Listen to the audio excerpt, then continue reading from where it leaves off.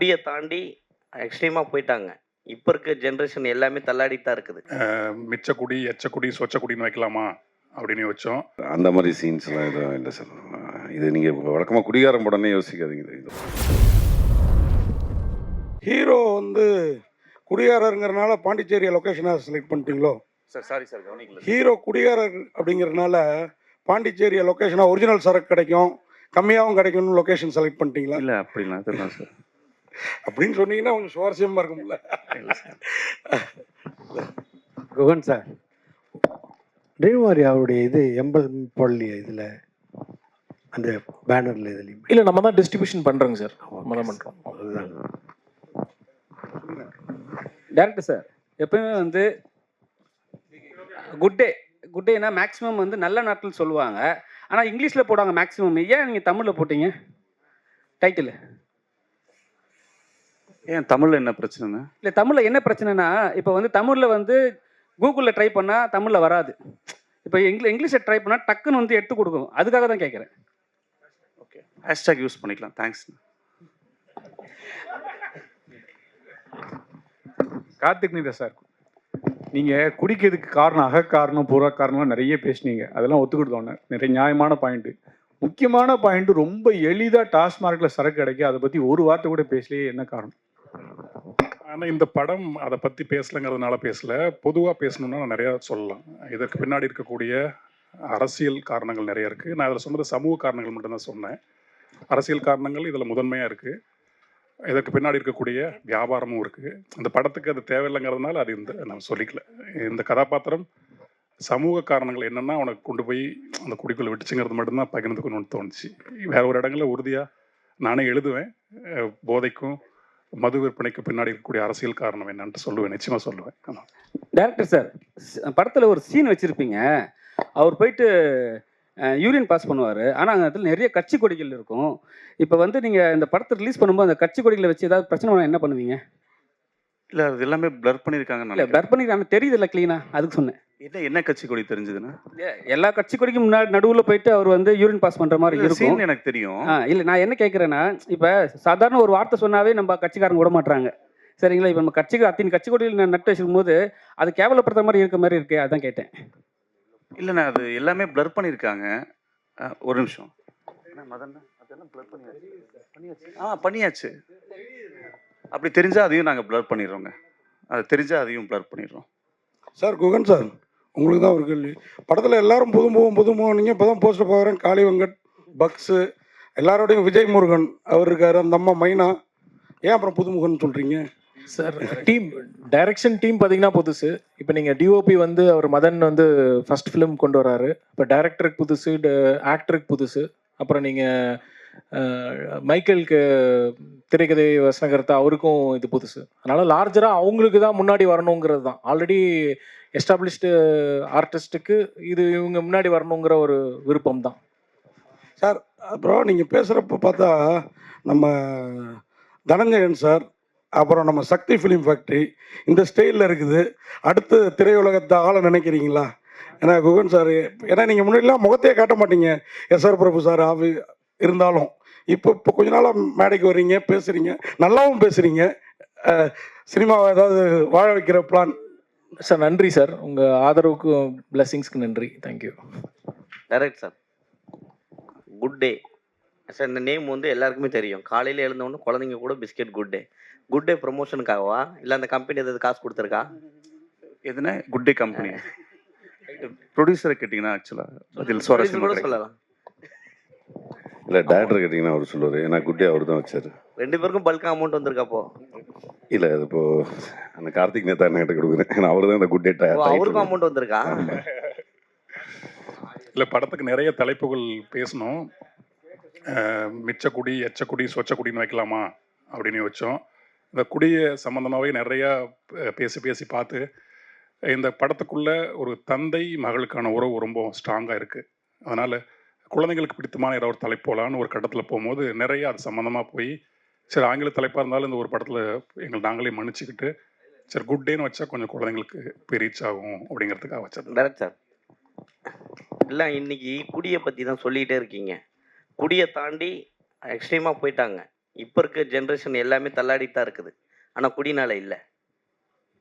ஏன்னு எல்லாமே போதையில கஞ்சா போதை அப்படின்னு அந்த அடுத்த கட்டத்துக்கு போயிட்டாங்க. இப்போ எல்லாருமே முக்காவாசி பேர் டாஸ்மாகே பெட்டர்ப்பா அப்படின்ற அளவுக்கு வர ஆரம்பிச்சுட்டாங்க. ஏன்னா குடிச்சானா அவன் பாட்டுக்கு கம்முன்னு படுத்துற போறான்.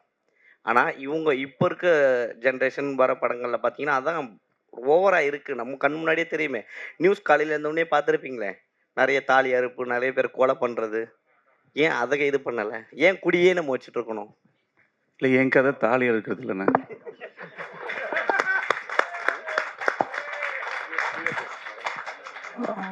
சார் வணக்கம் சார்.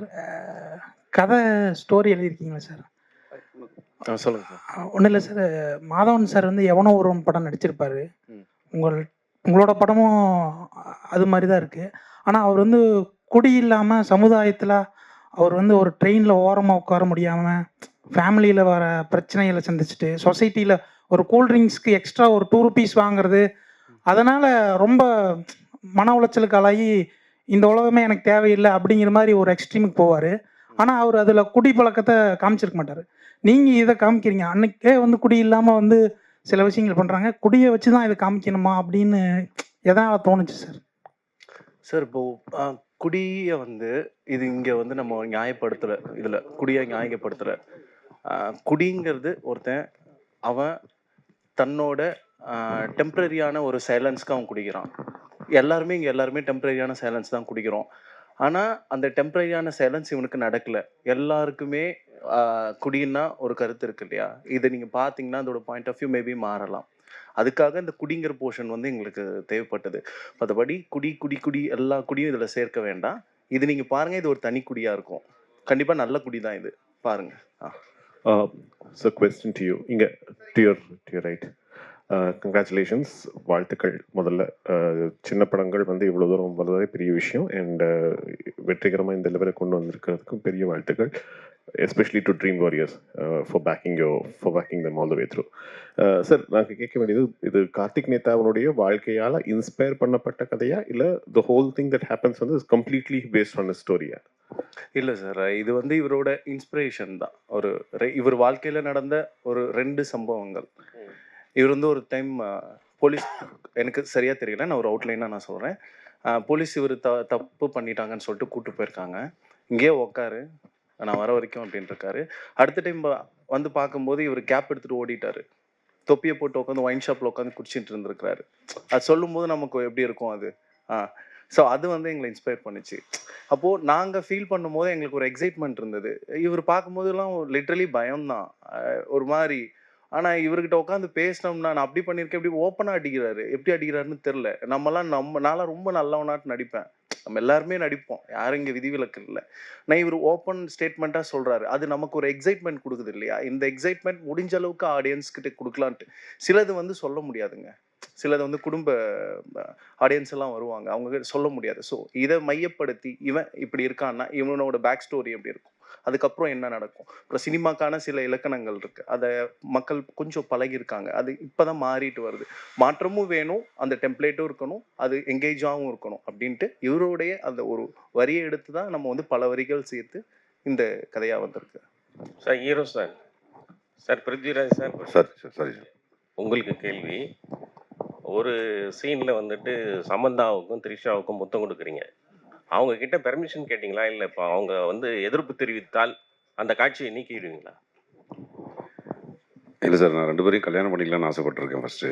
அந்த ஒரு சின்ன ஏக்கம் இருக்குது. பட் பர்மிஷன் கேட்கல சார். இதுக்கப்புறம் நேரில் எங்கேயாவது மீட் பண்ணுற இது கிடச்சதுன்னா பர்மிஷன் கேட்டு. இல்லை, அவங்க ரசிகர்கள் எதிர்ப்பு தெரிவிக்க மாட்டாங்களா? கண்டிப்பாக தெரிவிக்க மாட்டாங்க சார்.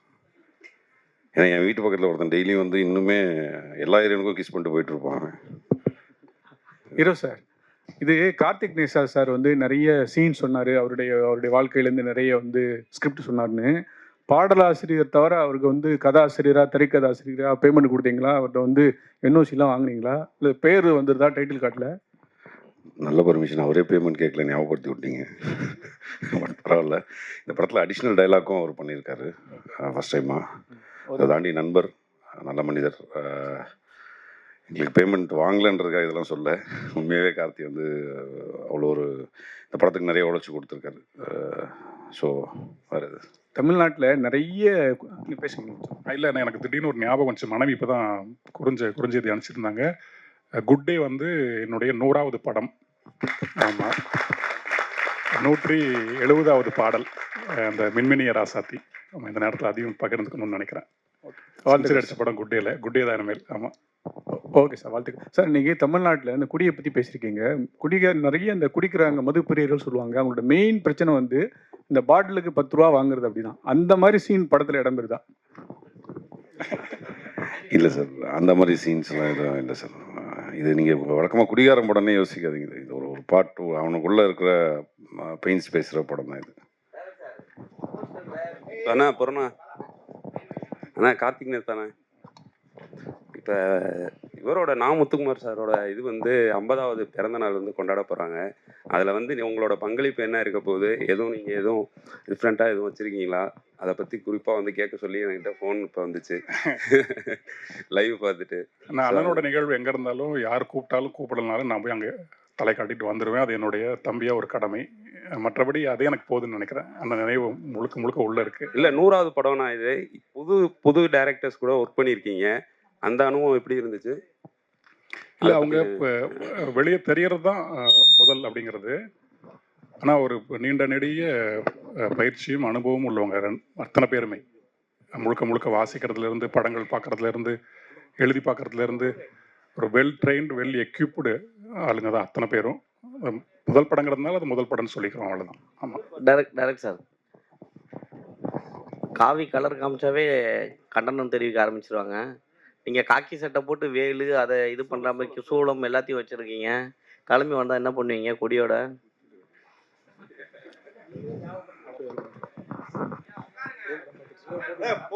கேட்க மாட்டீங்க. இல்லைண்ணா, நீங்கள் சொல்கிற பிரச்சனை எதுவும் இல்லைன்னு நினைக்கிறேன் படத்தில். சார், இந்த ஒரு கேள்வி முன்னாடி கேட்டார்ல, குட் டே இதுக்கப்புறம் ப்ரொமோஷன் உங்களோட வந்து ஸ்பான்சருக்கு வந்தாங்கன்னா ஏற்றுப்பீங்களா? என்ன பெரிய கம்பெனி அதுவும். இரியா கேப் சொல்லுங்க.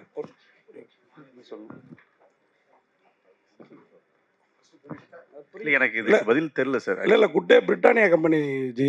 அவங்க ஒருவேளை ஸ்பான்சர் பண்ணுறேன் அப்படின்றது எனக்கு தெரியும். நீங்கள் கேட்டு கேள்வி அதான், அவங்க ஸ்பான்சர் பண்ணுறோம் அப்படி எங்கள் டைட்டில் வச்சு எடுத்திருக்கீங்க, நாங்கள் ஸ்பான்சர் பண்ணுறோன்னு வந்தா ஏற்றுப்பீங்களா? உங்களுக்கு ரெட்டிபிள் ஆகுமா? ப்ரொடியூசர் தானே முடிவு பண்ணும். ப்ரொடியூசர் சார் சொல்லுங்கள். கான்டாக்ட் நம்பர் இருந்தால் கொடுங்க, ரொம்ப வறுமையில் தான் இருக்கும். உண்மையாகவே தேடிக்கிட்டு இருக்கோம். அப்படி எதுவும் வந்தாங்கன்னா அட்லீஸ்ட் பிஸ்கெட் கொடுத்தா கூட ஓகே தான். அந்த அவ்வளோ பஞ்சத்தில் தான் இருக்கும். சொல்லுங்க. அது மாதிரி கார்த்திக் நேத்தாவோட கதையை பண்ணியிருக்கதா சொன்னீங்க, ஓரளவு எடுத்து. அவங்க அண்ணனே ஒரு நடிகர் விவேக் பிரசன்னா, அவரையே அந்த படத்தில் அவரும் குடிகார கேரக்டர்னா கரெக்டாக நடிப்பார், ஏன் அவரை இதில் யூஸ் பண்ணல?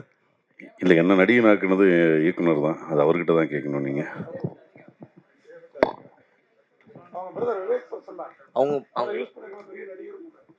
ஆமாம்.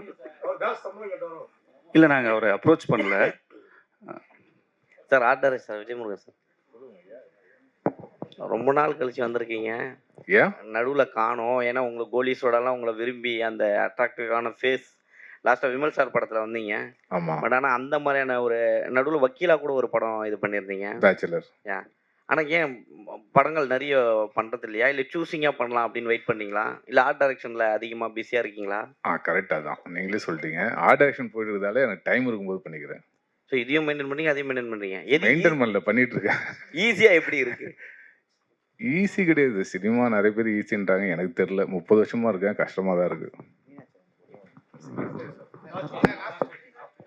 சார், வாழ்த்துக்கள் சார். கார்த்தி சார், முதல் பாட்டு எந்த பாட்டு, என்ன படம், இது மாதிரி எந்த இசையமைப்பாளர்கிட்ட பணியாற்றிருக்கீங்க, யார்கிட்ட பணியாற்றல, அது மட்டும் கொஞ்சம் சொல்லுங்க. ஆனால் முதல் படம் வந்து தொட்டி ஜெயாங்கண்ணா, 2005 தொட்டி ஜெயா. இந்த ஊர் எனக்கு ரொம்ப பிடிச்சிருக்குன்னு ஒரு பாட்டுண்ணா. நிறைய பேரோட பெரும்பாலும் இன்னும் இளையராஜா ஐயாவோட ஒர்க் பண்ணலன்னா, அது ஒரு இயக்கம் இருக்குது. அப்புறம் வித்யாசாகர் அவரோட ஒர்க் பண்ணணும். மற்றபடி எல்லாரோடையும் வேலை செஞ்சுட்டு தானே இருக்கேன். ஆமாம். வந்திருந்து சிறப்பு சேர்த்த சிறப்பு விருந்தினர்களுக்கு எங்களுடைய நன்றிகள்.